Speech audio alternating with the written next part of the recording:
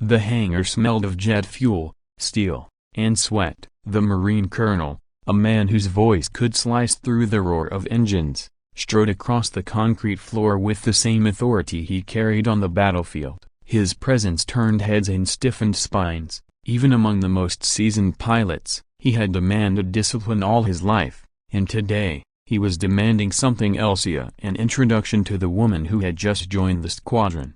She stood apart from the others, hands clasped loosely behind her back, eyes calm but sharp as a blade. She didn't wear her story on her sleeve the way some did. Her uniform was neat, but unassuming. Her presence seemed to ripple, though, drawing attention like a shadow that lingered in the corner of the eye. The colonel halted in front of her, his boots echoing sharply against the hangar floor. He was used to sizing people up in seconds, and in her he saw someone different and unreadable, steady in a way that made even hardened Marines uneasy.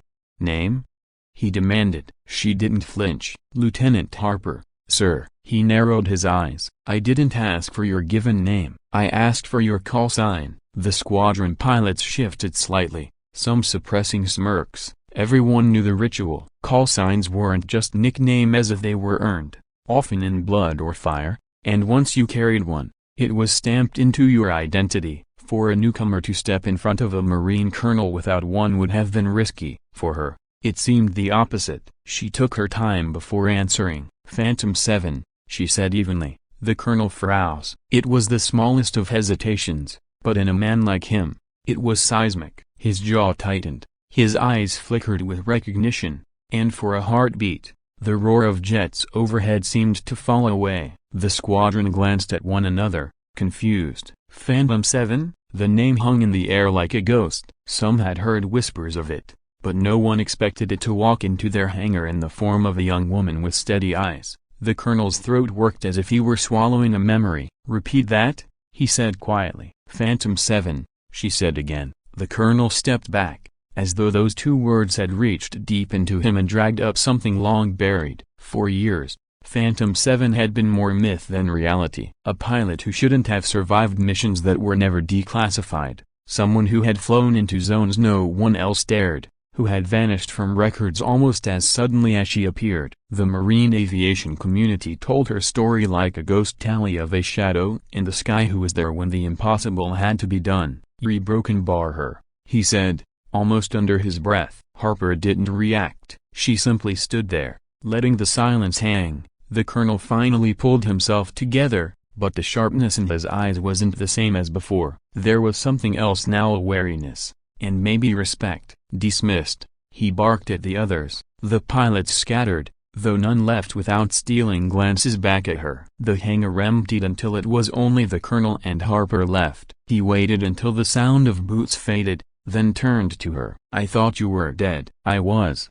she said. The colonel's breath caught at the simplicity of her answer. "Phantom 7 died in Afghanistan," he pressed. "That's what the report said. A black site raid, call signs scrubbed, team lost. There were no survivors." Harper's eyes flicked briefly, the first sign of something stirring behind her composed mask. "That's what the reports had to say." The colonel's mind spun. He had read the classified files years ago, back when he still had access. He remembered the Operation O, one of the darkest missions the Marines and Navy had ever touched, involving targets that officially didn't exist. Phantom 7's jet had gone off radar deep in hostile territory. There had been no body, no wreckage found, just a broken bar. Silence. "What happened?" he asked, voice lower now. She let out a breath, as if considering whether to give him a fragment of the truth. "I flew in, as ordered. Everything went sideways. My wingman never made it out. The rest of the strike package, a broken bar, disappeared. I ejected over a canyon. Local fighters found me before our own could. They didn't take me prisoner. They buried me." The colonel's eyes widened. "They buried me," she repeated, her voice almost detached, but not deep enough. "A sandstorm uncovered me hours later. By then, another UNITA group that wasn't supposed to be there picked me up. They kept me alive, trained me, used me. For years, I was a ghost even to my own command." The colonel felt his pulse quicken. He had heard whispers of units like that, shadow programs where soldiers who officially no longer existed were repurposed, disposable assets, undeniable operators. But to see one of them standing in front of him now a broken bar. "Why come back now?"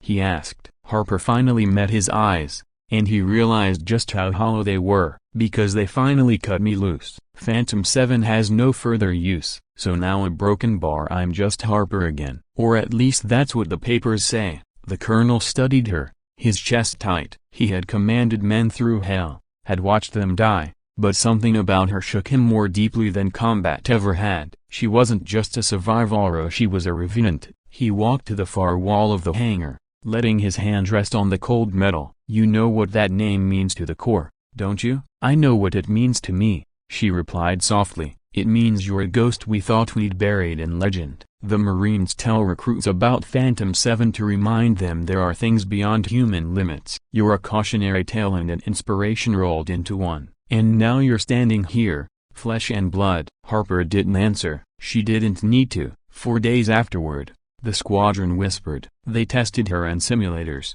in training runs, in live-fire drills. She didn't just pass as she redefined the standard. Her reflexes were razor-sharp, her instincts honed by years outside the boundaries of conventional war. She flew like she was already dead, fearless in maneuvers that would make others black out. Some admired her, some feared her. None could ignore her. But at night, when the hangar was quiet and the sky outside bled starlight, Harper sat alone by her aircraft. She traced her fingers along its fuselage as if grounding herself to reality.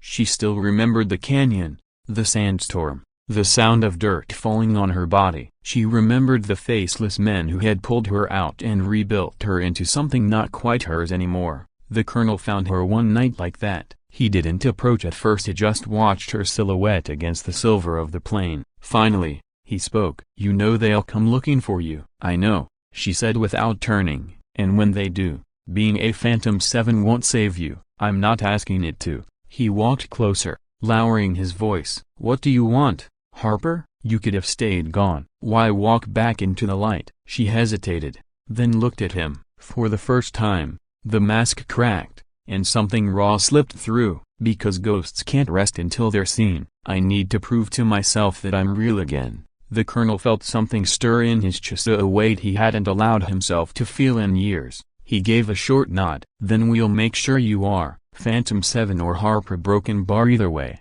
You're one of us now." In the weeks that followed, she became the unspoken backbone of the squadron. Missions succeeded because she anticipated dangers no one else saw. Pilots trusted her judgment implicitly, even when it defied manuals. The colonel, once hardened into stone, found himself listening to her counsel more than he cared to admit. Yet the past was never far. Unmarked vehicles lingered at the edges of bases. Strange files appeared and disappeared from logs. Harper's name, scrubbed once before, began to surface again in whispers. She had escaped her shadow unit, but shadows don't let go so easily. On the eve of a major deployment, the colonel called her into his office. A sealed envelope sat on his desk. "Orders," he said grimly. "High risk, high importance. They're sending us back into the desert." Her eyes flicked to the envelope, then to him. Neither needed to say what both were thinking.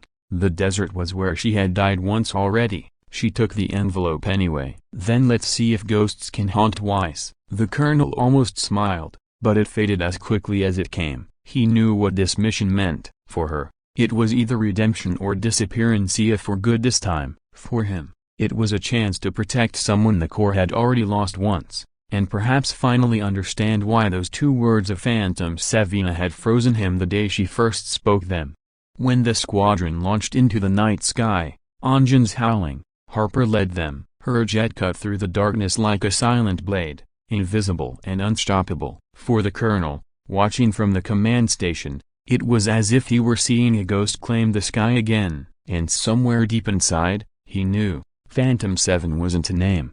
It was a warning, a legend, and now a once more a reality the world would never forget.